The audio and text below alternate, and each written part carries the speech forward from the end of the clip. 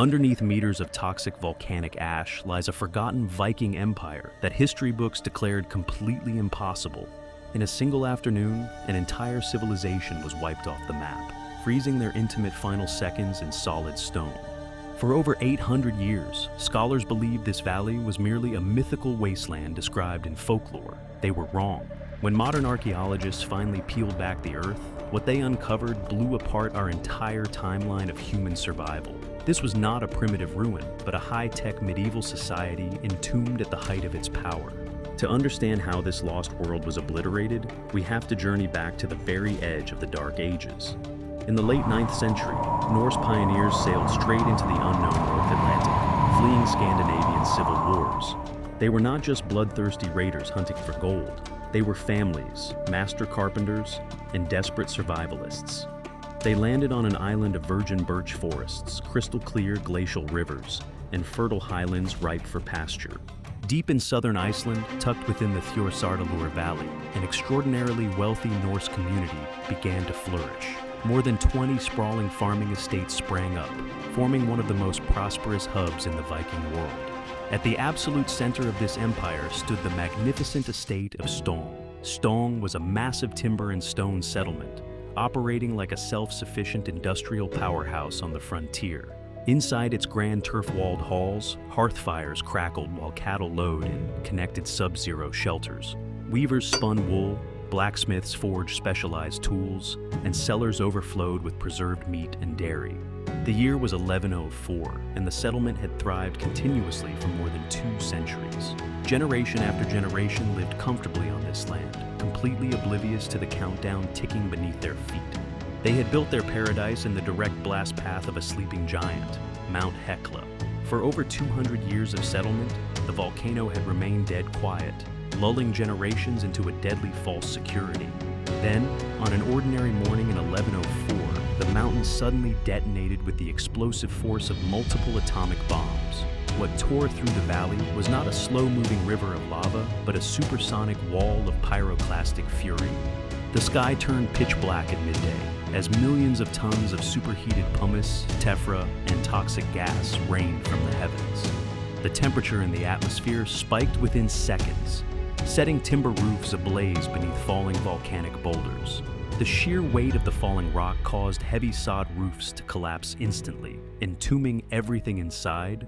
Livestock suffocated in their pens as poisonous fluorine gases rolled across the lowlands like a heavy mist. In a matter of hours, an entire district of 20 flourishing estates was erased completely from human memory. Those who survived the initial blast fled in sheer terror, abandoning their ancestral wealth to the fire. News of the cataclysm spread across medieval Europe, giving Mount Hekla an infamous new title, the Gateway to Hell. Monks wrote terrifying chronicles claiming the wails of the damned could be heard echoing from its fiery maw. For over 8 centuries, the valley remained an abandoned, haunted wasteland, wrapped in silence and myth. Generations forgot where the great farms were, assuming the stories in the old sagas were mere dramatic exaggerations. Then, in the summer of 1939, a multidisciplinary team of Nordic archaeologists arrived with shovels and ground surveys. Guided by cryptic lines in the sagas and geological anomalies, they broke through the thick crust of white volcanic tephra. What emerged left the international scientific community completely stunned. They had not found broken rubble. They had uncovered a perfectly preserved Viking time capsule frozen in amber. Because the 1104 ash sealed out oxygen, the longhouse at Stong retained its exact layout down to the millimeter. Walls of cut sod, intricate stone flooring, and central fire benches stood precisely as they had 9 centuries prior. Everyday life was frozen mid-stride. Tools lay where workers dropped them, and loom weights sat ready for weaving. It was quickly dubbed the Pompeii of the North, providing the first uncontaminated look at everyday Norse domestic life.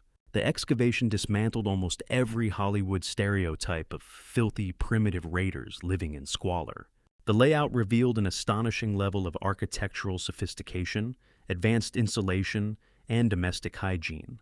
Archaeologists uncovered massive sunken vats used for storing skyr and pickled meats through brutal winters. They even identified a complex indoor latrine and drainage system that rivaled Roman sanitary engineering. Yet the most revolutionary discovery at Stong was not the gold or the timber, it was the soil itself. Scientists realized that every major Icelandic eruption leaves a chemically unique fingerprint of ash across the island. This breakthrough discipline, known as tephrochronology, allowed researchers to turn the Earth into an atomic calendar. One critical layer, the landnam tephra, was pinned to an eruption in precisely 871 AD. For decades, historians claimed no human had set foot on Iceland before that 871 AD volcanic marker. However, recent digs beneath these layers are exposing settlements that shatter the official timeline entirely. Evidence from sites across the coast suggests seasonal Norse outposts were operating decades before official history claimed. The frozen ruins of Stong provided the definitive architectural Rosetta Stone that proved these radical new theories. Today, just kilometers from the original dig, craftsmen built the Commonwealth Farm, an exact full-scale reconstruction. Walking through its heavy oak doors allows visitors to step directly into the world stolen away in 1104. Stung stands as an enduring monument to human ambition, sudden mortality, and the raw power of the earth. The same violent eruption that destroyed this thriving community became the very vault that kept its memory alive forever.